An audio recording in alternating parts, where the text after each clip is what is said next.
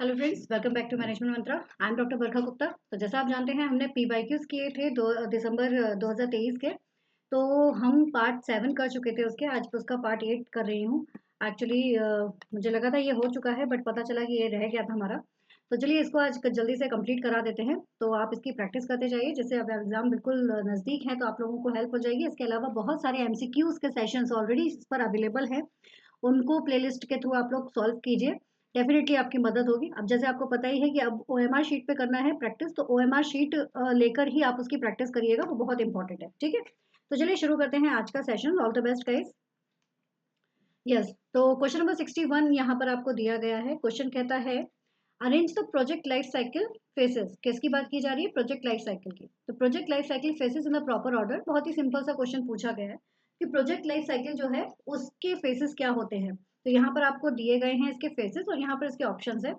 तो आप पहले अपने आप इसका आंसर निकालने की कोशिश कीजिए विद इन अ 1 मिनट, उसके बाद आंसर देखिएगा। ठीक है, तो राइट आंसर इज 1। इसका सही आंसर जो है वो है आपका 1। सबसे पहले कंसेप्ट फेज आता है कि कंसेप्ट को देखा जाता है, फिर आता है आपका डेफिनेशन फेज। ठीक है, कंसेप्ट फेज, फिर डेफिनेशन फेज, इसके बाद आता है प्लानिंग और ऑर्गेनाइजिंग फेजेस। प्लानिंग किया जाता है, ऑर्गेनाइज किया जाता है, उसके बाद implementation and project clean up phases. इस तरह से ये आपका जो है वो प्रोजेक्ट की लाइफ साइकिल जो है वो चलती जाती है और आगे की तरफ मूव करते जाते हैं। नेक्स्ट क्वेश्चन कहता है which of the following are the method of assessment of economic validity of the project. Which of the following are the methods of assessment. ये आपसे पूछा गया है। इकोनॉमिक वैलिडिटी, प्रोजेक्ट की इकोनॉमिक वैलिडिटी के लिए कौन से मेथड ऑफ असेसमेंट्स का यूज किया जाता है? Payback period, return on investment, net present value, benefit cost ratio या फिर कैपिटल पाथ मेथड। किन का यूज यहाँ पर, सॉरी क्रिटिकल पाथ मेथड किसका यूज किया जा रहा है, किसके लिए? प्रोजेक्ट की इकोनॉमिक वैलिडिटी को चेक करने के लिए ये आपसे पूछा गया है। यहाँ पर ऑप्शंस आपके गिवन है। आपने एक चीज नोटिस की होगी, जितना भी आप पेपर देख लो सभी में क्वेश्चंस डायरेक्टली बहुत कम पूछे गए हैं। जो पिछले कुछ सालों से जो क्वेश्चंस पूछे जा रहे हैं ना, वो आपको इसी तरह से, अगर आप ने किसी भी टॉपिक को अगर डेप्थ में पढ़ा हुआ है ना, अच्छे से पढ़ा हुआ है, तो आप आसानी से उसको कर जाएंगे, है ना। तो वही चीज यहाँ पर भी है। तो अगर आपने इसको ठीक से समझा तो आप आसानी से इसको कर जाएंगे। The right one is the second. ठीक है, तो second is the right one. पहला आपका क्या आ जाएगा? दिस वन, पे बैक पीरियड।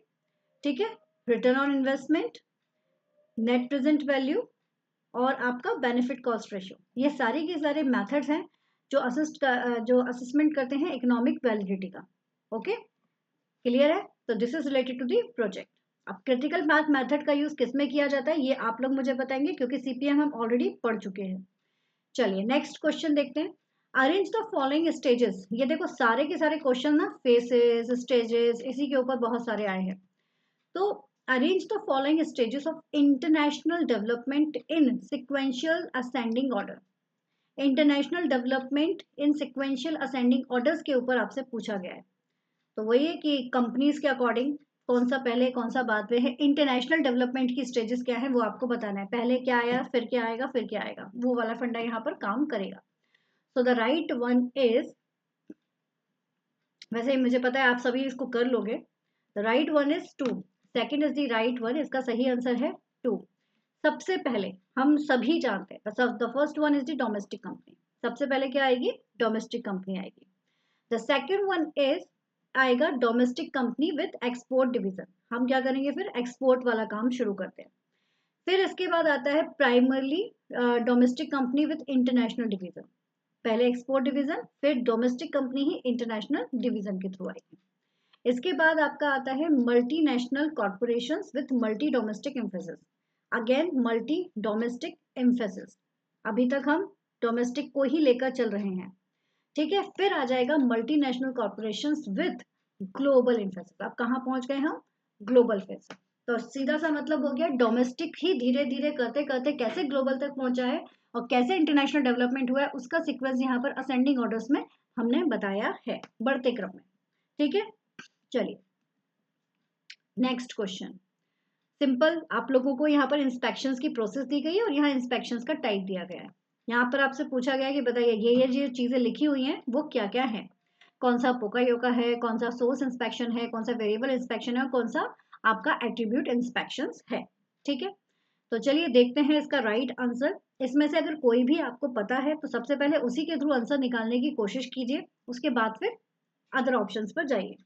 ठीक है, जैसे किसी किसी काम को रहता है ना भाई, सबका नहीं पता लेकिन एक का पता है, लेकिन यहाँ पर एक का ही दिया हुआ है, बाकी तो अपने आप सब डिफरेंट है और किसी में नहीं दिया, तो हम उससे आंसर निकाल सकते हैं। So the right answer is 3 guys. इसका जो सही आंसर है वो है आपका 3। Operator doing his job properly and self check at the point of production or purchase। Operator क्या कर रहा है, अपनी जॉब को प्रॉपरली कर रहा है, सेल्फ चेक के थ्रू कर रहा है, एंड पॉइंट ऑफ प्रोडक्शन और परचेज के बेसिस पर ये अपने काम को कर रहा है। तो ये क्या होगा, तो ये वाला जो फंडा है कि प्रोडक्शन और परचेस को लेकर यहाँ पर सारी चीजें हो रही है, सेल्फ चेक हो रहा है, तो this is the called of source inspection that classify item as being either good और डिफेक्टिव। यहाँ पर अच्छे और डिफेक्टिव आइटम्स को हम अलग अलग कर रहे हैं। तो अलग अलग कर रहे हैं यानी कि हम क्या कर रहे हैं, एट्रीब्यूट्स डिसाइड कर रहे हैं कौन सा अच्छा है कौन सा डिफेक्टिव है, तो हम एट्रीब्यूट इंस्पेक्शन कर रहे हैं। Assisted by the use of checklist, checklist के थ्रू आपने असिस्ट किया, and control such as fail and safe devices that ensure the production and good unit every time. तो कौन सी डिवाइस जो है मतलब असिस्ट कर रहे हो आप, चेकलिस्ट के बेसिस पर कंट्रोल करते हो कि कौन से आपका फेल हुआ है, कौन सा सेफ है आपकी डिवाइस, उसको आप देख रहे हैं, और ये वाला आप जो करते हो, this method is called the poka yoke. फिर classification of item as following continuum scales such as the dimension of strength, so this comes under the variable inspection। इस तरह से आप यहाँ पर इसको मिक्स एंड मैच करेंगे। ठीक है, जो कुछ वर्ड्स हैं जैसे कि पोका योगा क्या होता है, इसकी डेफिनेशन अच्छे से कर लेना, ये कई बार क्वेश्चन पूछा भी गया है। नेक्स्ट है आपका अगेन यहाँ पर थ्योरीज दी गई हैं एंटरप्रेन्योरशिप की, जो कि हर साल आने वाला क्वेश्चन है, इसलिए इसको आप मोस्ट इम्पॉर्टेंट के फॉर्म में लिख सकते हो। ठीक है, मोस्ट इम्पॉर्टेंट है।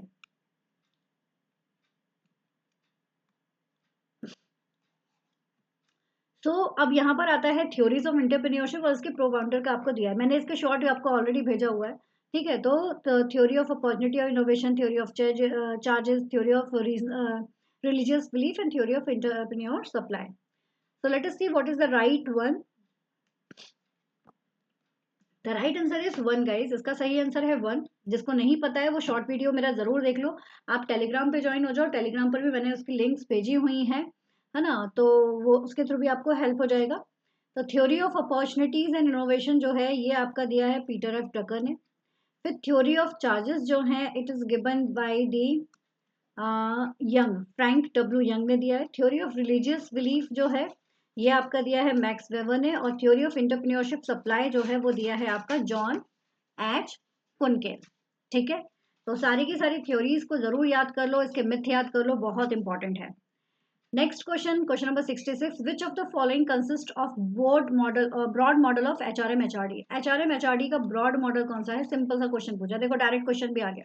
तो ब्रॉड मॉडल आपसे पूछा गया है हार्ड वाइब्रेंट एचआरएम, जिसमें आपका मैचिंग मॉडल ऑफ एचआरएम है, सॉफ्ट वाइब्रेंट एचआरएम यानी कि हार्वर्ड मॉडल एचआरएम है, या फिर 5P मॉडल ऑफ एचआरएम यानी कि मॉडल ऑफ स्ट्रेटेजिक एचआरएम, या फिर business strategic model of HRM यानी कि बिजनेस स्कूल मॉडल। कौन सा ऐसा है, दिस इज द ऑप्शंस ना, ये आपके ऑप्शंस है, इनमें से कौन सा है जो ब्रॉड मॉडल है एचआरएम और एचआरडी का। तो राइट आंसर इज 3। यहाँ पर ए, बी और सी, ये जो 3 मॉडल्स आपके दिए गए हैं, हार्ड वेरिएंट, सॉफ्ट वेरिएंट और 5P models, they are comes under the broad model of HRM HRD. ठीक है, थोड़ा सा इसको देख लेना, अच्छा क्वेश्चन है ये, इससे जुड़े हुए क्वेश्चंस आप लोगों से पूछे जा सकते हैं। एटलीस्ट एचआरएम के मॉडल्स क्या है, उन मॉडल्स को एक बार रिवाइज कर लेना। नेक्स्ट क्वेश्चन, डिसीजन रूल्स और rational for applying the decision rules to down app. तो ये यहाँ पर आपको दिया गया है कंडीशंस, और यहाँ पर आपको डिसीजंस के रूल दिए गए हैं, conjunctive, destructive, affect referred and majority vote. और ये आपको दिया गया है यहाँ पर इसकी कि कब ये अप्लाई किया जा रहा है। ठीक है, तो let us see what is the right one. मैंने आप लोगों को बताया मैं थोड़ा सा फास्ट जरूर कर रही हूँ क्योंकि मेरे पास टाइम की लिमिट है, लेकिन आप लोग बाकायदा इसको पॉज करके क्वेश्चन को अच्छे से समझ के आंसर करके फिर आगे मूव करना, जैसे आपकी खुद की प्रैक्टिस हो। The right answer is 3। इसका सही आंसर है आपका 3। सबसे पहले कंजक्टिव की अगर बात करें तो I select the smartphone app that had no bad features. मैंने ऐसे स्मार्टफोन ऐप को चूज किए हुए हैं जिसमें कोई भी बैड फीचर्स नहीं है। तो ये जो कंडीशन है ये क्या है, कंजक्टिव वाली कंडीशन आएगी आपकी। फिर डिसजस्टिव क्या हो जाएगा, ये क्या कह रहे हैं, ये कह रहे हैं आई पिकअप द स्मार्टफोन ऐप। आप ना इसके थ्रू भी आंसर निकाल सकते हैं। आई pick up the smartphone app that excelled in the at least one attribute, जो यहाँ पर एक एट्रीब्यूट्स की बात हो रही है। फिर इसके बाद जो आता है आपका I bought a smartphone app with the highest overall rating. जो ओवरऑल रेटिंग जिसकी हाईएस्ट है वो, यानी कि अफेक्ट रिफर्ड, यानी कि जिसको सबसे ज्यादा मार्क्स मिल रहे हैं उसी को प्रेफर कर रहे हैं। ठीक है, the last one is I downloaded the smartphone app that had the most download. ठीक है, जिसके डाउनलोड्स बहुत ज्यादा है उसको किया, तो मतलब मेजोरिटी जिसको ज्यादा मिल रही है उसको यहाँ पर लिया गया है। तो इस तरह से आप इन्होंने क्या किया कि अपना आंसर्स बताए हैं इसके बेसिस पर। आप इसमें ना अगर आपको जैसे इसके थ्रू अंदाजा हम लगा सकते हैं कि मेजोरिटी के ऊपर होगा, मतलब जैसे हमको नहीं पता इसके बारे में, तो आई download the smartphone app that had the most download. तो मोस्ट डाउनलोड किसके होगा, जिसको मेजोरिटी ज्यादा मिल रही है, तो उस हिसाब से एक अंदाजा लगा सकते हो कि हाँ ये मेजोरिटी वोट के बारे में बात कर रहा है। और देखोगे आप ना डी का 2 जो है वो सिर्फ एक ही में दिया हुआ है और किसी में है ही नहीं है, तो उससे भी आप एक अंदाजा लगा सकते हो कि this is the right one. ठीक है, कई बार ना हमको कॉन्सेप्ट को समझ के आंसर्स निकालने पड़ेंगे, ये आप लोग मान के चलिएगा। Which of the following are the main issues to be tackled by the conceptual components of customers relationship management program?